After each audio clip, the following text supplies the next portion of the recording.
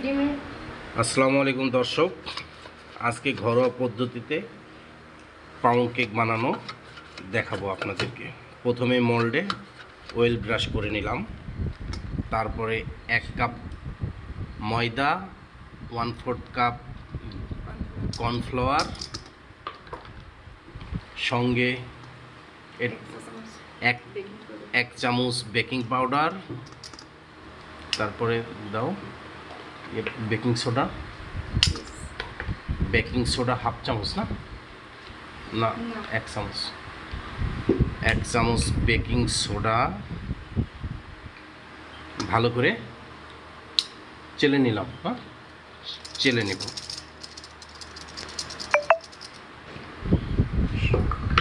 সঙ্গে পাউডার দুধ 1 cup, half table চামচ, 1 টেবিল চামচ পাউডার দুধ নিয়েছি। সমস্ত উপকরণ ময়দা, baking powder, cornflour, baking soda এবং গুঁড়ো দুধ একসঙ্গে নিয়ে মিক্সার করে নিলাম।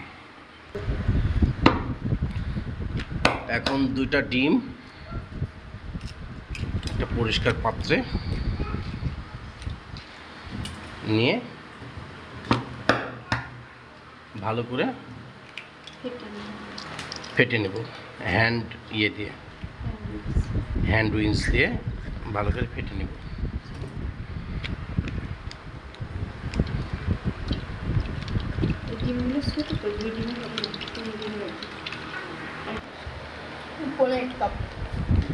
এক কাপের সামান্য কম, 1 কাপের মতো চিনি ডিমের সঙ্গে অ্যাড করে দিলাম এবং ডিম চিনি আবারও ভালো করে ফেটাবো যেন চিনি না থাকে, গলে যায়।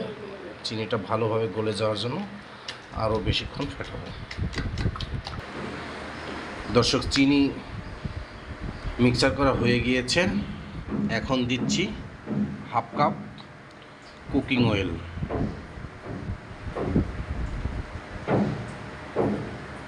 আর একটু হালকা মিশিয়ে নেব।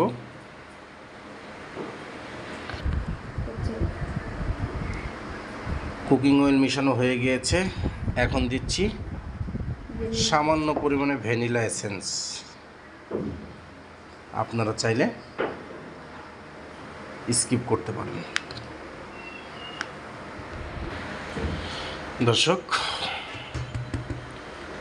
ময়দা ডিমের তেলের সঙ্গে মিশিয়ে দিয়েছি। এখন ভালো করে মিশিয়ে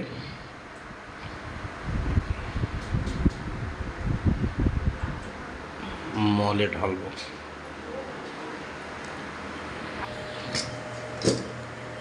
দর্শক, ডিমের সঙ্গে ময়দা মিশানো হয়ে গিয়েছে।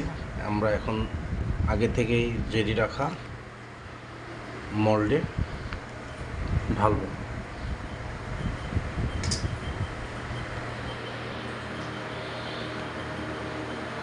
দর্শক, এখন মোল্ডে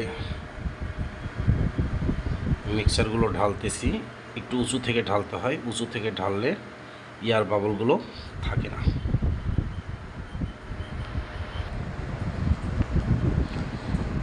মোল্ডে মিক্সার ঢালা হয়ে গিয়েছে। 2-3 বার ট্যাপ করব। ট্যাপ করলে এয়ার বাবলগুলো বেরিয়ে যাবে। এখন আগে থেকে ফ্রি হিট করতে দিয়েছিলাম পাত্রের ভিতরে এখন মোল্ডটি ফ্রি হিট রাখা পাত্রের ভিতরে রেখে দিলাম। এখন পাত্রটি ঢেকে দেব। ঢেকে দিয়ে 50 মিনিট অপেক্ষা করব। চুলার আঁচ থাকবে লো হিটে। ওকে দর্শক, তাহলে আমরা 50 মিনিট পরে আবার ফিরে আসব। দর্শক, আমরা 50 মিনিট পরে আসলাম। দেখেন, ওয়াও, মাশাআল্লাহ, কি সুন্দর একটা কেক হয়েছে। এখন একটু চেক করে দেখব একটা খিল দিয়ে যে ভিতরে নরম আছে কিনা দেখেন দর্শক, কিচ্ছু নেই, শুধু তেল তেল।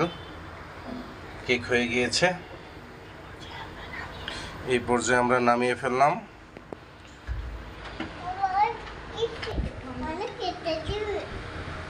দর্শক এখন একটু চিনির সিরাপ বানাচ্ছি। কেকের উপরে একটু ব্রাশ করে দিলে কেকটা সফট থাকবে। হয়ে গিয়েছে সিরাপ। কেকটা সফট রাখার জন্য এখন একটু চিনির সিরাপ দিয়ে দিচ্ছি।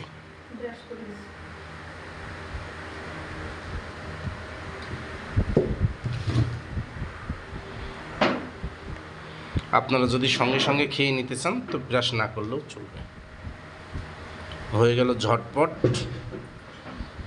সুস্বাদু ঘরোয়া হোমমেড কেক।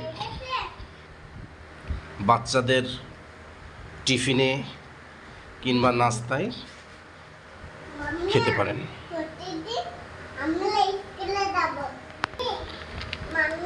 দর্শক আজকের মতো এখানে শেষ করতেছি। দেখা হবে অন্য কোনো রেসিপি নিয়ে আবার আপনাদের সঙ্গে। ধন্যবাদ সবাইকে।